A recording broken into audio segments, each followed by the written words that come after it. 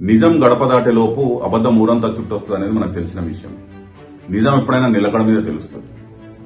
ఈ రోజు BRS party అధినాయకత్వం మీద ఇటు కేసీఆర్ గారి మీద గానీ అటు కేటీఆర్ గారి మీద గానీ, ముఖ్యంగా కేటీఆర్ గారి మీద కాంగ్రెస్ పార్టీ అనుబంధ పచ్చ మీడియా గత 20 నెలల నుంచి పనిగట్టుకొని ఏదైతే దుష్ప్రచారం చేసిందో, ఏదైతే గోబల్స్ ప్రాపగాండా చేసిర్రో, ఏదైతే ఫేక్ నరేటివ్ చేసిర్రో ఫోన్ ట్యాపింగ్ కేసుకి సంబంధించి అది ఈ రోజు పటాపంచలైంది.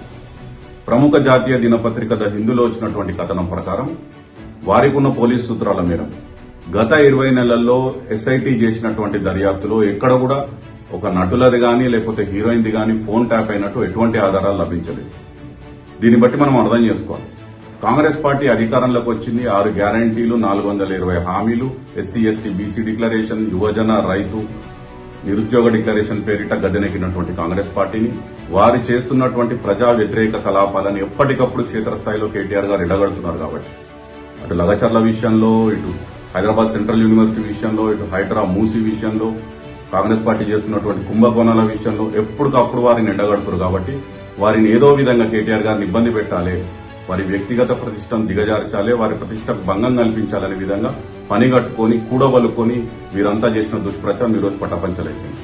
కాబట్టి ముఖ్యమంత్రి రేవంత్ రెడ్డి గారు, మీ పీసీసీ చీఫ్ మహేష్ కుమార్ గౌడ్ గారు, మీ మంత్రివర్గంలో ఉన్నటువంటి కొండా సురేఖ గారు, మీ ఎంపీలు, ఎమ్మెల్యేలు, ఎమ్మెల్సీలు, మీ కాంగ్రెస్ పార్టీ సోషల్ మీడియాలో పనిచేస్తున్నటువంటి పెయిడ్ ఆర్టిస్ట్ గత 20 నెలల నుంచి దుష్ప్రచారం చేసిన ప్రతి ఒక్కరు ఈ రోజు కేటీఆర్ గారికి బేషరతున క్షమాపణ చెప్పాల్సినటువంటి అవసరం ఉన్నది.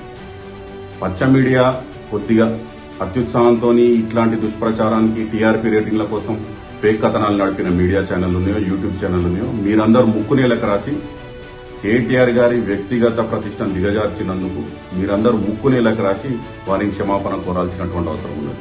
ఒకవేళ మేము చేయము, మేము ఇదే భాగవతం నడిపిస్తాము, మేము ఇదే దుష్ప్రచారం చేస్తాము, పబ్లిక్ నుంచి అసలు విషయాలపై అటెన్షన్ లేకుండా అటెన్షన్ డైవర్షన్ స్కీములు చేస్తామంటే మిమ్మల్ని ఎట్లా ఎదుర్కోవాలో బీఆర్ఎస్ పార్టీ ఎట్లా ఎదుర్కొంటుంది, మిమ్మల్ని ప్రజాక్షేత్రంలో న్యాయస్థానాలలో ఎట్లా ఎండగట్టాలో అట్లా ఎండగడుతుంది. జై తెలంగాణ, జై కేసీఆర్.